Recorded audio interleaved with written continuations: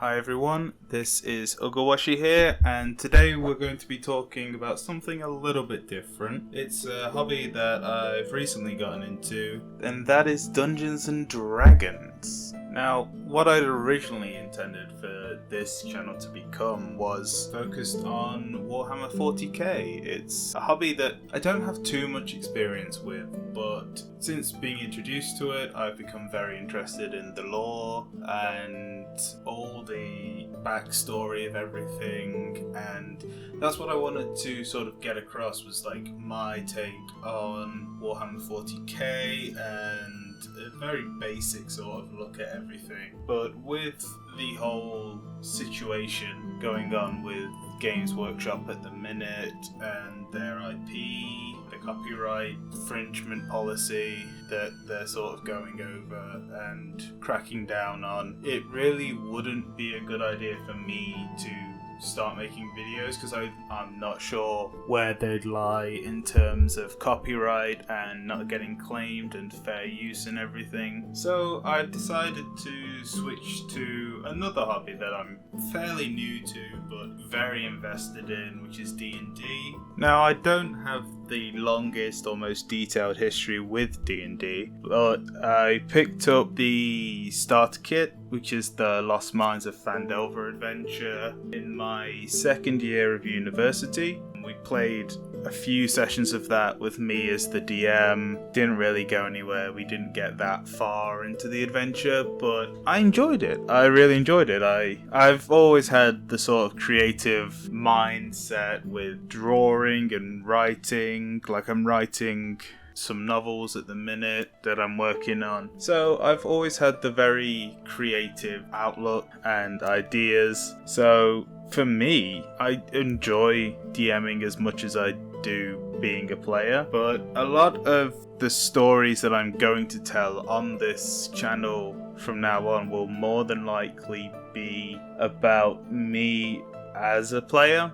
Since lockdown began and I was sort of, wallowing in the misery of being locked indoors at all times and not being able to go out and meet friends and see people, I took to D&D once again after a 3-year or so break from when we played that small bit of D&D in the kitchen of my flat at university. I was watching a lot of Critical Role, as I'm sure is most people's introduction to the hobby, but that sort of sparked my interest in it again. Made me really want to find a group and start an adventure and, really become a D&D player. Someone who has taken part in a campaign for however long it could go on or will go on until the unthinkable happens, be that a TPK or everyone losing interest and splintering off and leaving the game. I wanted to be a part of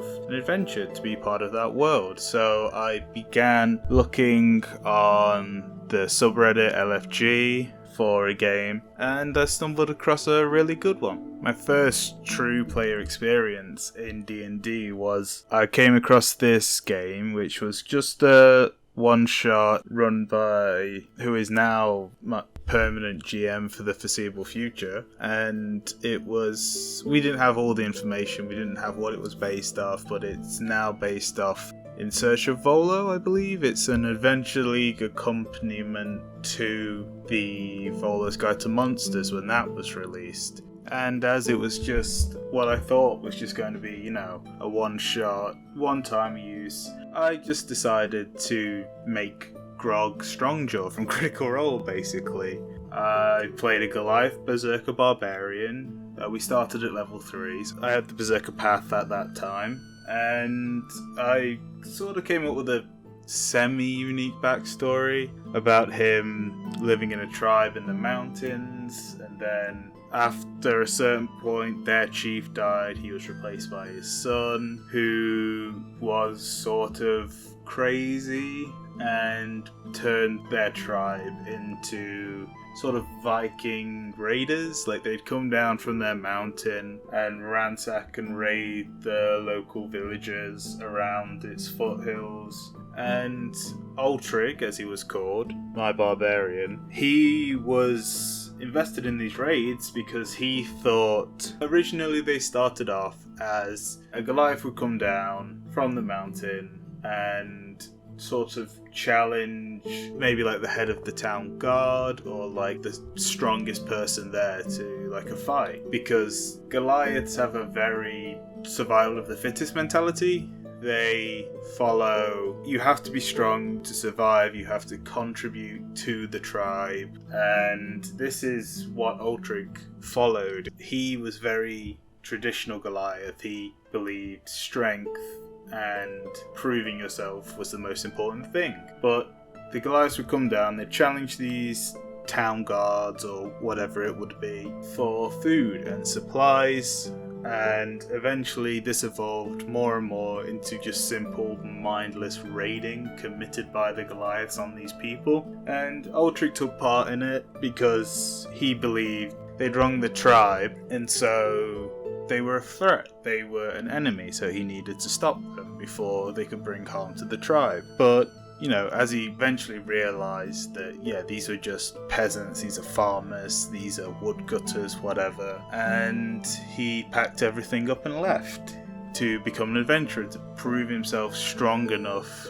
to come back and challenge the leader of their tribe for their position so that he could sort of bring them back on track, back to the traditional Goliath outlook on life, which is take what you need, support the tribe, but be strong and do great deeds. And that's how he ended up in the town of Phandalin, which is, obviously it's in the Lost Mines of Phandelver starter pack, but that is where this module was sort of based around. It was based in Phandalin, with you going out and dealing with all of these problems. So we met up in this town. There was myself, Ultrig, the Goliath barbarian. There was Siggy, who is a monk, but a very traditional European monk, you know, the brown clothes, the sort of bowl haircut. He would sell body parts in jars to anyone gullible enough to take them, basically.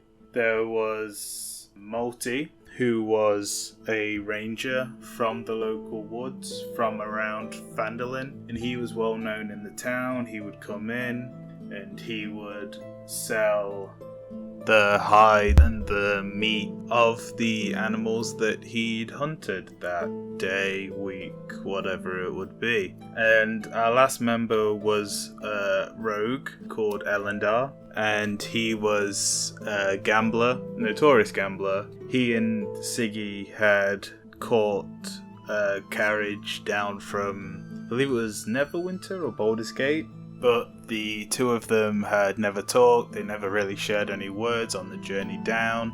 And we all arrived in Phandalin, and we hadn't even really talked. We were all just sort of stood around like a notice board in the middle of Phandalin when we were approached by the head of the town, Harbin Wester, and he gave us the quest to go and find a pair of missing children that had been lost by a group of pilgrims who were travelling close to Phandalin, and the children had become lost in the woods. And he just saw a group of presumably strong looking people, typical adventurers, and thought they'd do, and sent us to go find them. And from there began a glorious quest of us travelling into the woods, finding the children who had become transformed. They'd escaped from a hag's house, or a pair of hag's house, which was reminiscent of the classic gingerbread house from Hansel and Gretel. And they'd managed to escape, but they pointed us in the direction of it, and we followed their directions to this house.